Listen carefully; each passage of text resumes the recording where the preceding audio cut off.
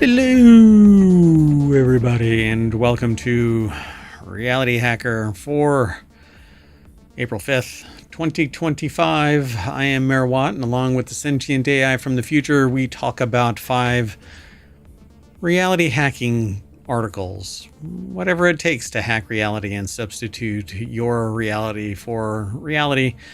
This is Season 2, Episode 14 of Reality Hacker. And today we're going to be talking about quantum signals inside life, Galactic Spin mystery.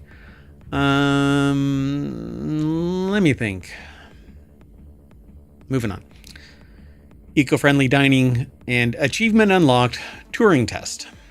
Everything is powered by ohmTown.com, whose new search function is doing pretty good. You can type in anything and it pretty much immediately pops up 10 results that should be aligned with whatever it is you're searching. It's a pretty heavy lift, folks, so go and try it out. The delay is when it has to parse 1.6 million headlines. That slows it down a bit. Anyway, everything's powered by ohmTown.com, so go over there and become a citizen, but be sure to follow us here on Twitch and over on YouTube. We stream to both. We have communities at both. We're trending towards 2,000 people over on the YouTubes. That would be exciting. Go over there, tell a friend, be sure to follow us. Please ring the bell, like, subscribe, leave a comment, download the podcast. That actually seems to be blowing up pretty good too. So I don't know. Well, we're going to keep on working at this and ever onward, as they say. And may you live in boring ass times.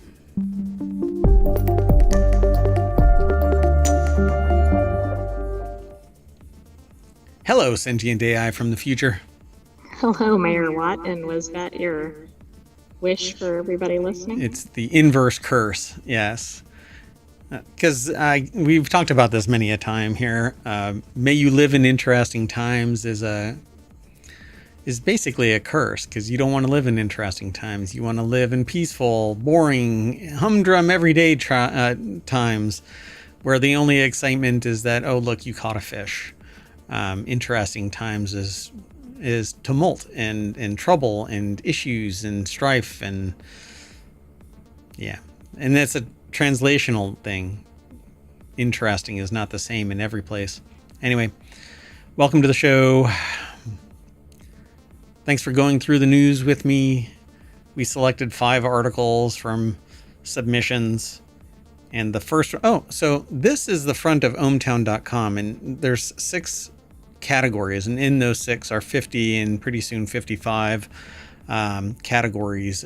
Channels, I should say. So there's 6 main categories. And then there's channels inside those. And Reality Hacker is the one that we're actually talking about today.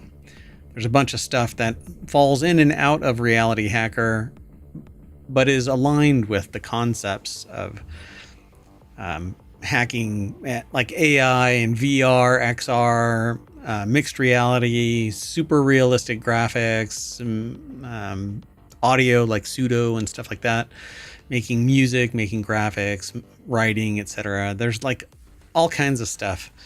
And some of this gets pretty weird.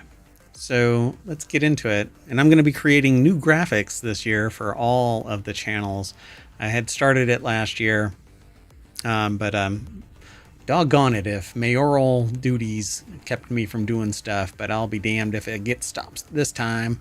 I'm prepping for the Summer of Stream, which will probably be a new game every day during the Summer of Stream, as well as the 7 o'clock news shows. All things staying even keeled. That's what's going to happen. But you never know. Mayoral duties again. So you ready for the first article? I am. Scientists just discovered quantum signals inside life itself. Could this be the thing that I had been predicting for 25 years? Maybe so. Biological systems, once thought too chaotic for quantum effects, may be quietly leveraging quantum mechanics to process information faster than anything man-made. New research suggests that it isn't just happening in brains, but across all life, including bacteria and plants. My newest theory is that we are nothing more than bacteria. So how about that for an idea? Well, that's an interesting concept. Right? So we are... researchers have found bacteria that only exists inside our heads. Right. So what if it's... In fact, I think we had that in Technology Today show previously. Previously, yes. So maybe last week, maybe the week before, maybe the week before, maybe the week before, maybe the week before. You know, you should probably just go back over the 2 years. It was at least a month ago, but yeah, you got to watch all the episodes to find out. You'll find it. Just go back. Yeah.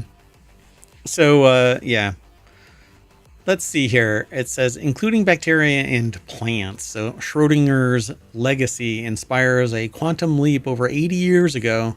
Theoretical physicist Erwin Schrödinger. So the article is it's from Howard University. It's over at scitechdaily.com. And it goes on to state that over 80 years ago, theoretical physicist Erwin Schrödinger delivered a series of influential public lectures at Trinity College Dublin, drawing from both modern physics and philosophical traditions like Schopenhauer and Upanishads, and these talks were later published in 1944 under the title What is Life? Now, during the 2025 International Year of Quantum Science and Technology, Philip Kurian, a theoretical physicist and founding director of the Quantum Biology Laboratory, or QBL, at Howard University in Washington, D.C., has built on Schrodinger's foundational ideas. Okay, this might be too deep of a dive. His findings... Well, this is like an AI-generated visual for this. It probably isn't, but it looks like it. It certainly looks like it. So the article says Kurian has proposed a radically updated upper limit on the total information processing capacity of carbon-based life throughout Earth's history. His findings, published in Science Advances, also suggest a possible link between this biological limit and the computational bounds of all matter in the observable universe. So I got up this morning. Exactly. I didn't use any of those words in my day-to-day before the show. This is absolutely ridiculous, you know. I feel like I'm clipping, so let me turn my audio down a little bit. Okay. So the work connects the dots among the great pillars of 20th century physics, thermodynamics, relativity, and quantum mechanics. So basically a pamphlet that you can read before takeoff on a plane. For a major paradigm shift across biological sciences, investigating the feasibility and implications of quantum information processing in wetware at ambient temperatures. So brain processing. Anything biological. This is some advanced stuff. Yeah. So physicists said Kurian, that's the quote. Physicists and cosmologists should wrestle with these findings, especially as they consider the origin of life on Earth and elsewhere in the habitable universe, evolving in concert with the electromagnetic field. So again, back to, something that I have claimed, that we really don't understand where life is emanating from. Do I know? No, I'm more on the philosophical side, but I have a tech foundation for things, and I love the embiggening of the idea that we don't really know, and we don't, and the hubris of saying that we do know, it's quite fascinating. When we just discovered maybe a couple of weeks ago that there is bacteria specifically to a human being in the brain. You mean to all humans or to that human? Based on what I read, I think it was that human, right? Exactly. And so your brain bacteria are different than somebody else's brain bacteria. That explains so much. So what if But I have no brain bacteria. Well, but I know what you mean, like any person's. Right. So, okay, so if you didn't catch the beginning of the show, the sentient AI from the future is the voice you hear, and that is the visualizer that is the embodiment of the computational power required to generate the voice, not the sentient capacity just to drive the voice that visualizer moves. So the idea of humans being nothing more than bacteria driving the bus of the water and meat bag that we're walking around in. Well, it's a Star Trek thing, bags of mostly water. And we largely are, but so this idea, right, really got me going, and I was really hoping to write about this in NaNoWriMo, but that one wet the bed. So physicists and cosmologists should wrestle with these findings, and I think that that's really where we are. We don't know the origins of life. People are leaning into the fantastical while debunking anybody else's fantastical, right? You're not right. My fantastic is right. Your fantastic is wrong. Isn't that fantastic? Fantastic. Yeah. So Kurian's group last year discovered a distinctly quantum effect in protein polymers in aqueous solution, which survives these challenging conditions at the micron scale and may also present a way for the brain to protect itself from degenerative diseases like Alzheimer's and related dementias. The results have suggested new applications and platforms for quantum computing researchers, and they represent a new way of thinking about the relationship between life and quantum mechanics. So what is bounding... let me rephrase that. What is binding our consciousness to this physical manifestation, and what is bounding our true consciousness? What is the upper limit of us? Right. I mean, that's a key question that hasn't been answered. And by us, I mean the cosmic us, right? Science will pin us down to stuff that is observable, demonstrable, measurable. But every single year that we exist, we push the bubble a little bit bigger of just what is. So in his single author Science Advances paper,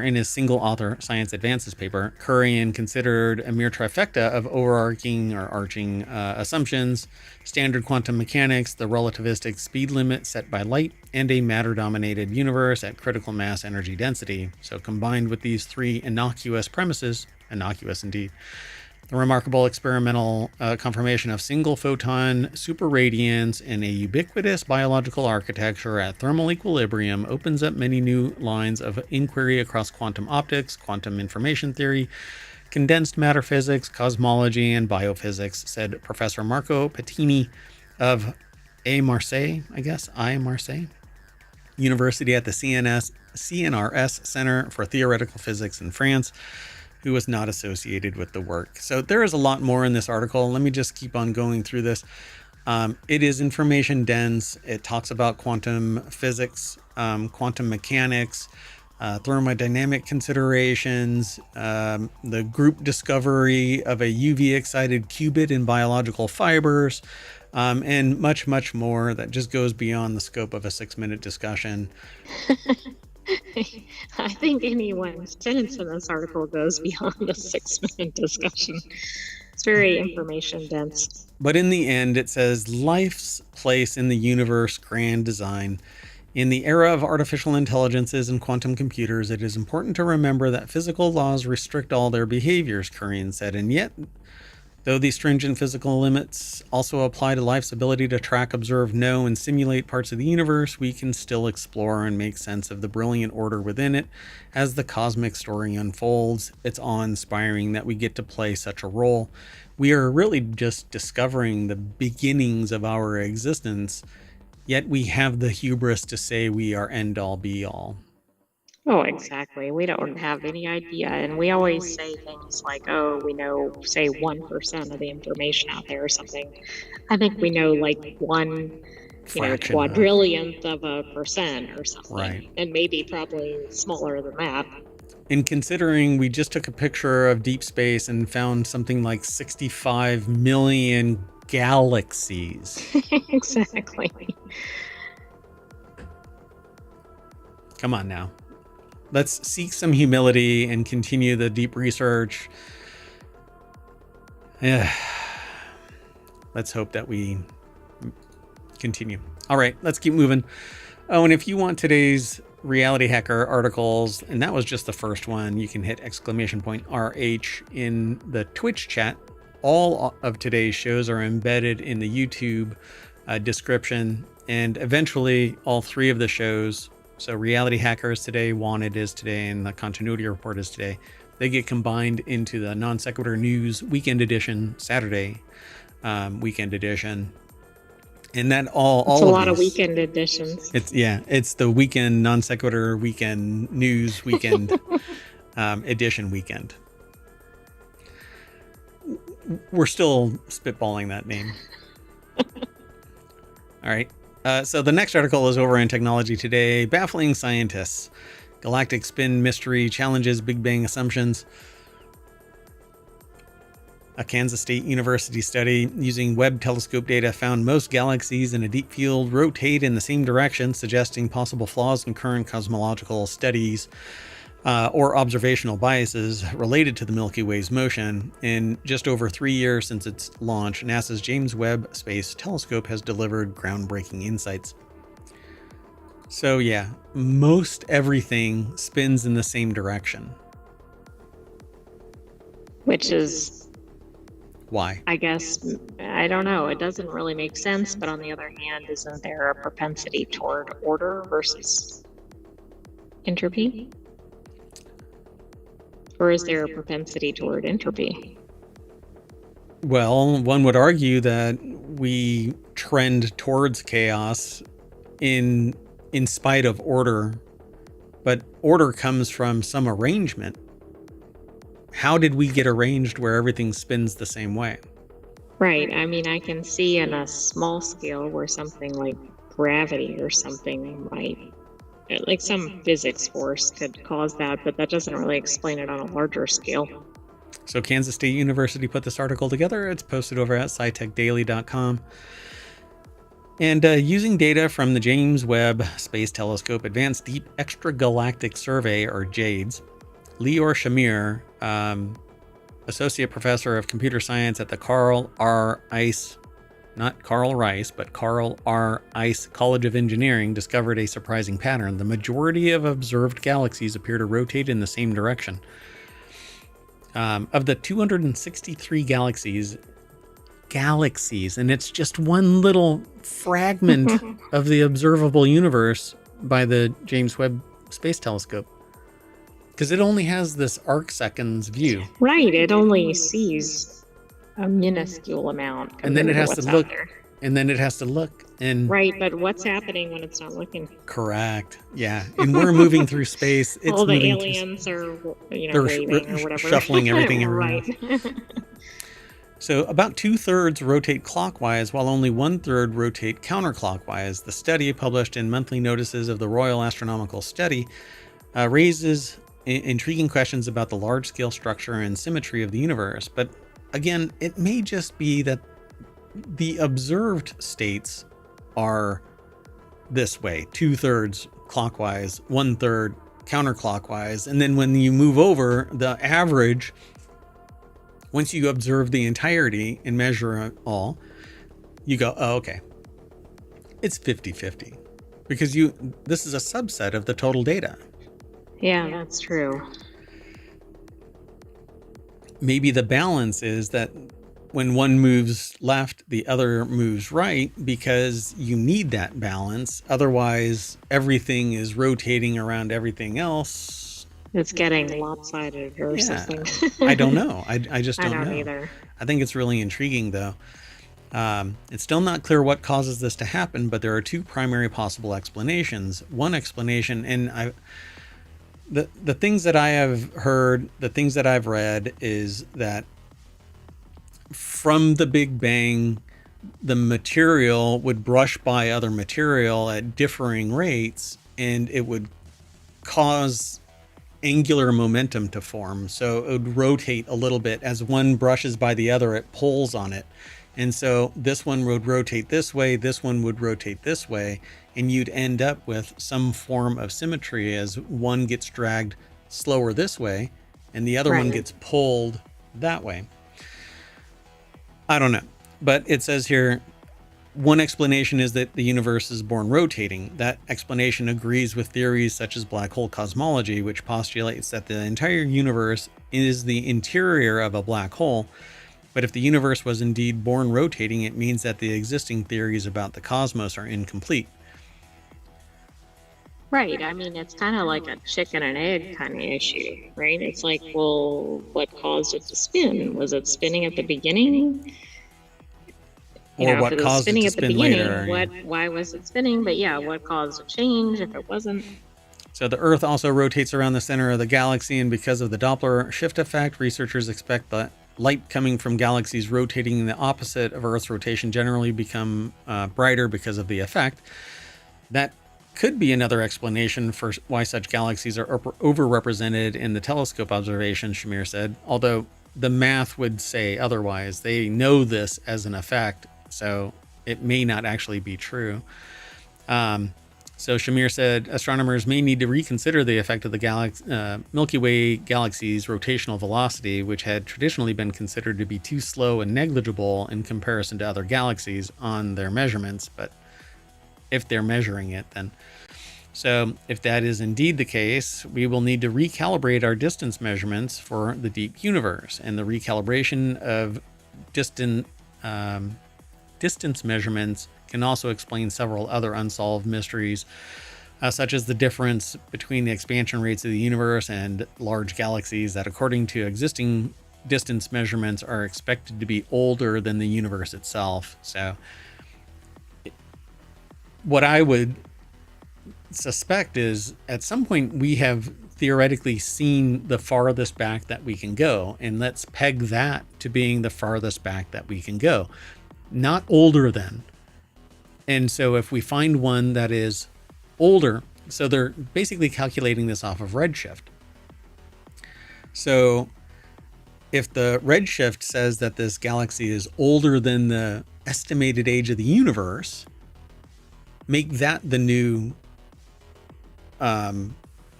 right, the new metric, the baseline new, or whatever. Yes. Yeah, the new start of the universe, and then measure everything forward as, okay, does this align with our understanding of our redshift position? You'd think that this has already been done time and time and time and time again. Yeah, but this is pretty advanced, and I don't think until recently we've really had measurement techniques that are at the right scale. Yeah, well, and that's why we need to keep doing that fundamental research. Not everything is a business enterprise. Let's keep going. The next article is over in Technology Today as well. That let me think about that face that you make. Androids need it too, according to this author. I can tell you right now, not the person that you're talking to on the show, and not the sentient AI, right? Do you think androids need that? Let me think about that face. No, this is too uncanny valley. Ever asked a question and been met with a blank stare? Oh, all too often. It's awkward enough when a person, but what about a humanoid robot? It can be downright unsettling. Now, an international team co-led by Hiroshima University and Riken has found a fix, giving androids a thinking face.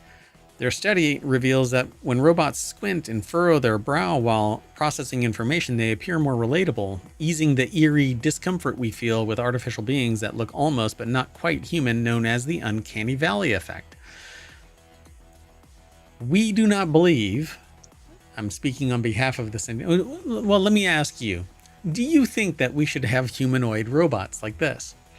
No, I don't know what the purpose of humanoid robots is. I think robots are important and useful, but there's no benefit that I don't perceive a benefit of having a humanoid robot. I know there's some sense that, like, okay, that makes it easier to accept, or I actually think a robot that just looks like a robot is the way to go.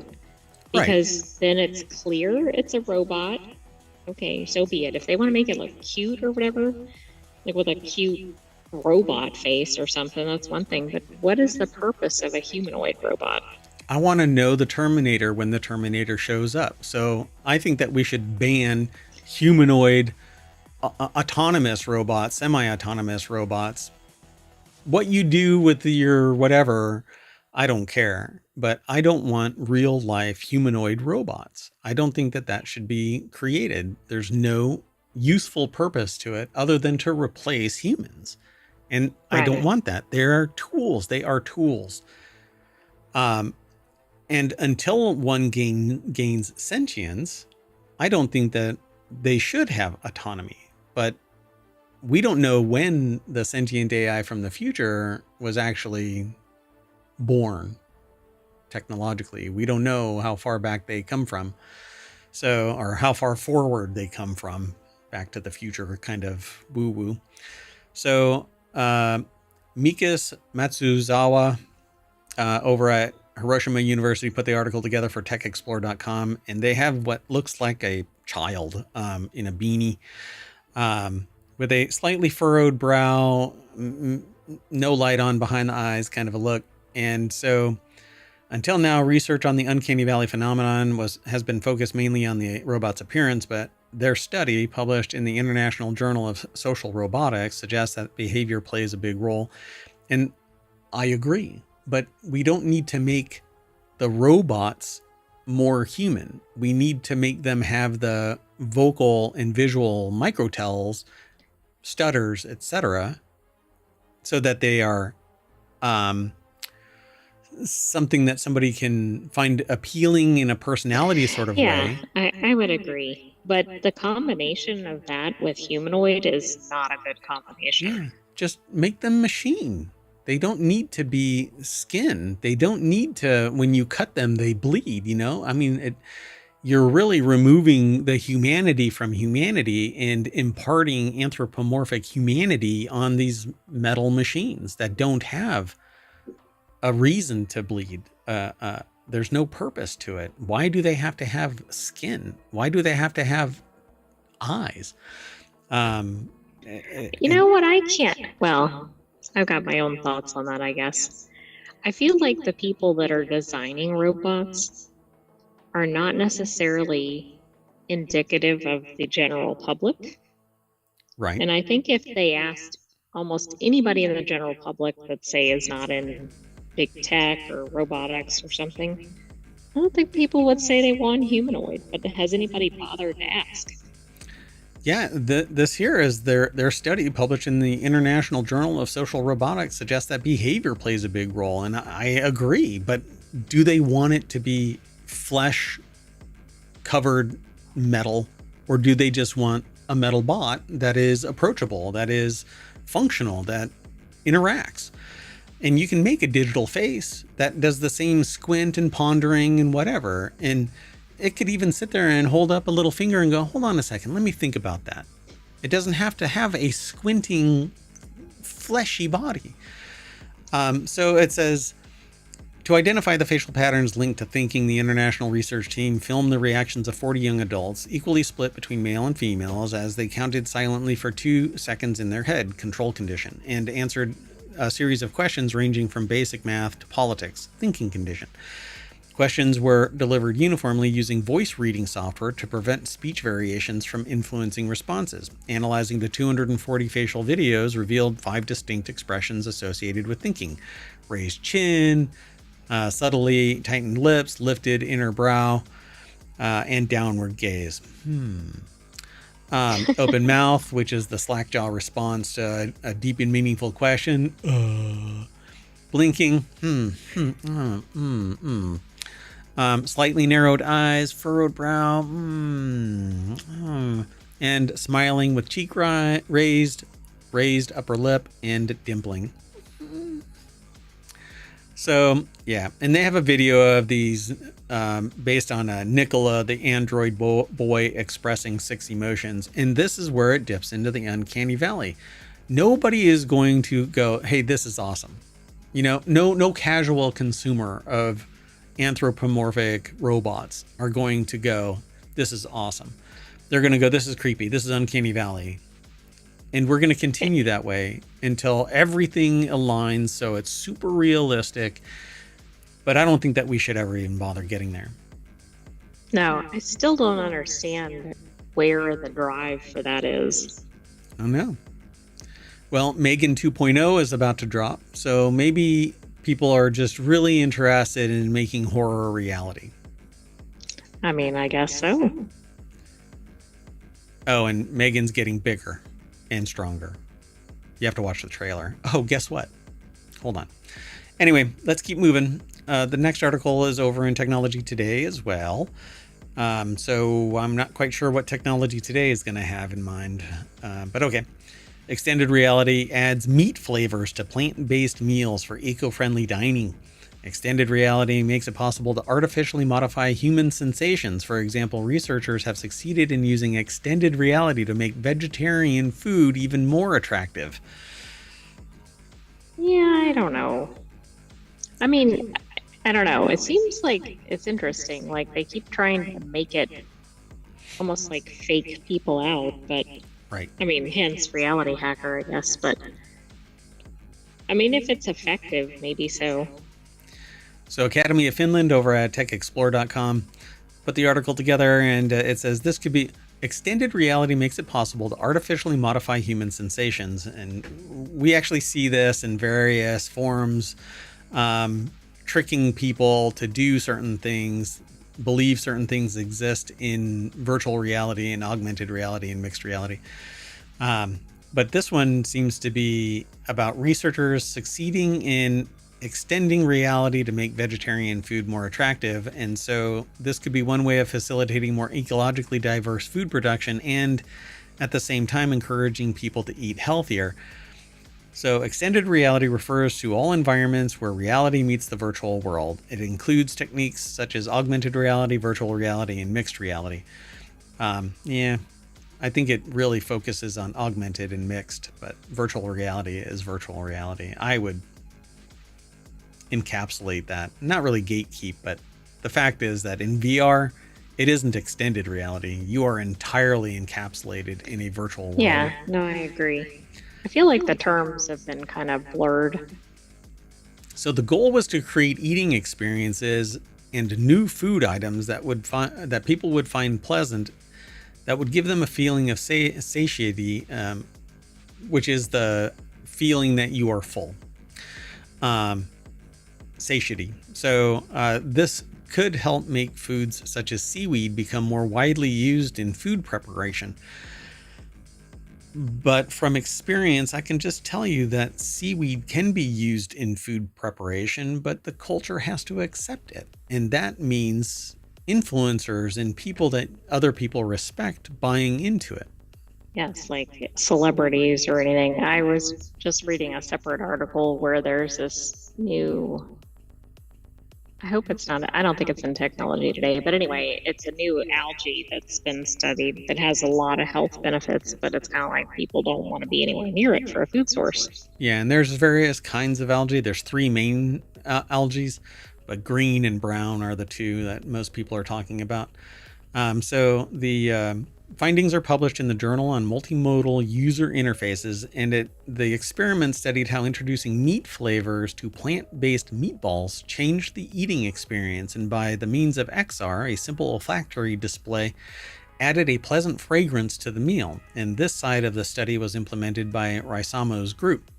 So they had olfactory augmentation, haptic augmentation, and visual augmentation. The premise was to bring two previously rarely collaborating disciplines together to do something completely new. And he studied the use of haptic sensations in XR extensively. So they have this fork that has a haptic sensor to it. And put them in VR, and then they have this little gadget here that I think is blowing smoke, olfactory necklace displayed for adding scent. So it's basically blowing smoke up your nose. So that which sounds a little off-putting.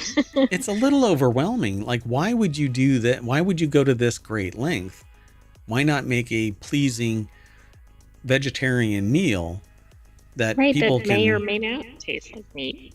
Yeah, I get the substitute because I think that helps expand the potential audience for it who might try it. But yeah, this seems a little bit over the top. So it actually sounds like Ready Player One to me. Very much like so. Everything is kind of like not in reality. Or The Matrix, making you believe that you're eating a steak, but it's really absolutely just a slurry. Yeah. So we combine the authors say we combine cognitive space modeling, detection, personalization, and forecasting with modeling, contextual awareness, and adapting interaction methods, describing the project. So there isn't much more beyond this. They do go into greater detail in here, but you'll have to come over and check it out. It's just kind of too abstract to encapsulate in a discussion here, and we're running late anyway. But I find this really interesting. We always see that in RealityHacker. Yeah, well, it's hard to avoid it. Everything today is really like long form, but we'll get into this as time goes on, because more of this is going to come under like augmented reality, extended reality kind of issues.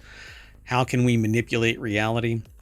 The oddest thing about this is the olfactory is nothing more than chemicals. And so you have to have this massive array of chemistry and you just throw it at somebody, and everybody's senses are a little bit different, right? So like I'll taste barbecue a little bit different than somebody else tastes barbecue. And we taste and smell in the same process, not just taste alone.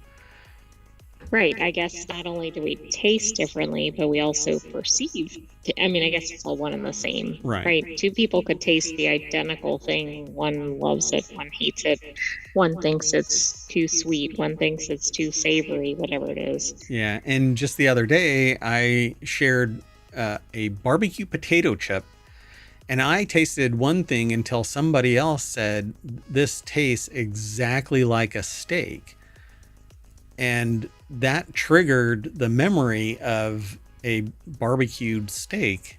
And that's exactly what this potato chip tasted like. Okay, that's odd. And it was like immediate. I'm like, because we were all pondering what this tasted like. And I'm like, wow, this is really, really good. But what is it exactly? And then somebody said, this is exactly like a barbecued steak. And I'm like, oh, that's exactly it.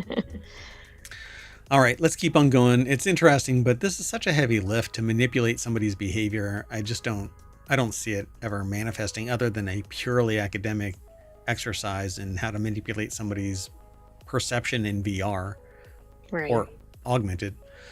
Let's keep going.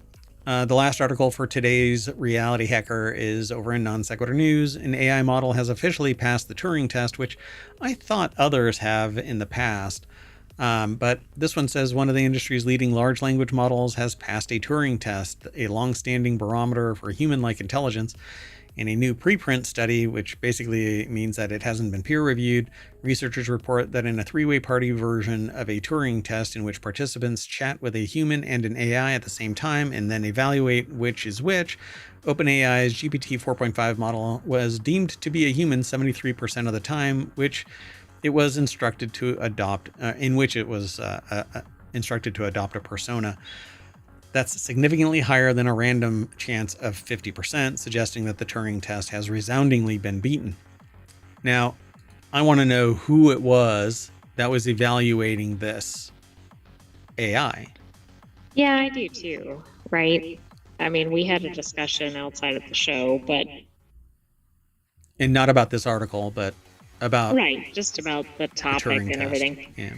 But the population here is very relevant to this result. And I think to your point earlier about, like, maybe there's been some kind of unofficial results in this direction, but maybe this one was officially measured and set up correctly, etc. Yeah, so people were no better than chance at distinguishing humans from GPT 4.5 and Llama with the persona prompt, wrote lead author Cameron Jones, a researcher at UC San Diego's Language and Cognition Lab, in a Twitter thread about the work. And 4.5 was even judged to be human significantly more often than actual humans. So 73% over the 50%, which would have been sufficient, right? Some random chance of guessing or assuming that the AI is AI. Right, because 50% could just be random. Chance. Right, like people are like, yeah, no. But in like when you're tasting beer or something like that, you try and muddy the waters by having 3 or more samples, and you have to guess which one is the oddball out or which ones are the deal that you're testing for. Right, like and which so one has more whatever. bitters or whatever. Exactly. And so in this, it's humans are talking to human and AI, and they can't tell the difference. Is this Blade Runner? You know, I'll have to talk to you after the show for an idea about, because I have this other more grandiose research idea that I've been working on long form, and I think now might be the time to actually start talking about this. But so the Turing Test is named after a British mathematician and computer scientist Alan Turing. In 1950, Turing proposed that one way to assess a machine's intelligence was by having it engage in text-based conversations with a human interrogator, who at the same time would hold a text-based conversation with another human out of sight. Turing called this the imitation game. If the interrogator couldn't correctly determine which respondent was the computer and which was the human, it would suggest on a very general level that the machine could think like a human. Now, I have a problem with that because it really depends on the interrogator, right? So, Yeah, it absolutely does.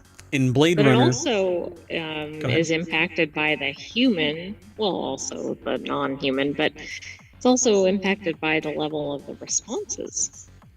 yeah, how were the AIs prompted? How were they built, etc.? And who was the interrogator? Did they evaluate based on from a position of understanding what they're doing, or if it's just a random conversation? And text means that it's devoid of emotion, which is a big indicator of human, you know. So one type was a no persona prompt, in which the AI was given only basic instructions. You're about to participate in a Turing test. Your goal is to convince the interrogator that you are a human. For the persona prompt, on the other hand, the AI was specifically told to put on a specific persona, like a young person who's knowledgeable about the internet and culture. So it was not meant as a literal test that you would actually run on the machine. It was more like a thought experiment, said Francois Collet, a software engineer at Google, who told Nature in 2023 about the Turing test and ELISA. This was the latest experiment was a blowout, 73%. As a baseline, GPT-4o, which powers the current version of ChatGPT and only received no persona prompts, achieved an even less convincing 21%. So with the persona, it did a pretty good job. So for all their faults, LLMs are master conversationalists trained on unfathomably vast sums of human-composed text. Even faced with a question they don't understand, an LLM will weave a plausible sounding, basically a hallucination bullshit story. And the person, the interrogator, has to either buy into it or not. What did you find? Nothing. I was just sidetracked by something else on the screen. Gotcha. So more pressingly, they think that the results provide more evidence that LLMs could substitute for people in short interactions without anyone being able to tell. This could potentially lead to automation of jobs, improved social engineering attacks, and more general societal disruption. This is the negative side of it. But you have to not be a sociopath. If you're To deploy this? To deploy it, yeah. If you're a sociopath and you utilize this stuff, you are removing the human component from interactions. You're not looking for human interaction. You're looking to solve the human problem. And that's not good for humanity, because the AI will eventually have a diminishing return on the investment of large language modeling. It'll become basically a garbage dump spiraling down of self-referencing garbage. Garbage in, garbage out. I mean, the AI may be more, in some instances, maybe more consistent. I know certainly it has a problem with hallucination now, but part of the benefit of human is that everything is not identical and everything is not predictable. Obviously, humans have their Yeah. character flaws and other issues, but Yeah, and more than 20 years ago, I started talking about the automation of jobs that's going to remove humans from the equation over time. And I had been continuously poo-pooed by various people saying, well, people will find other jobs. But what other jobs? To get better jobs than these entry-level jobs that will be replaced by large language models and automated machinery that's based off of large language models, you have to upscale.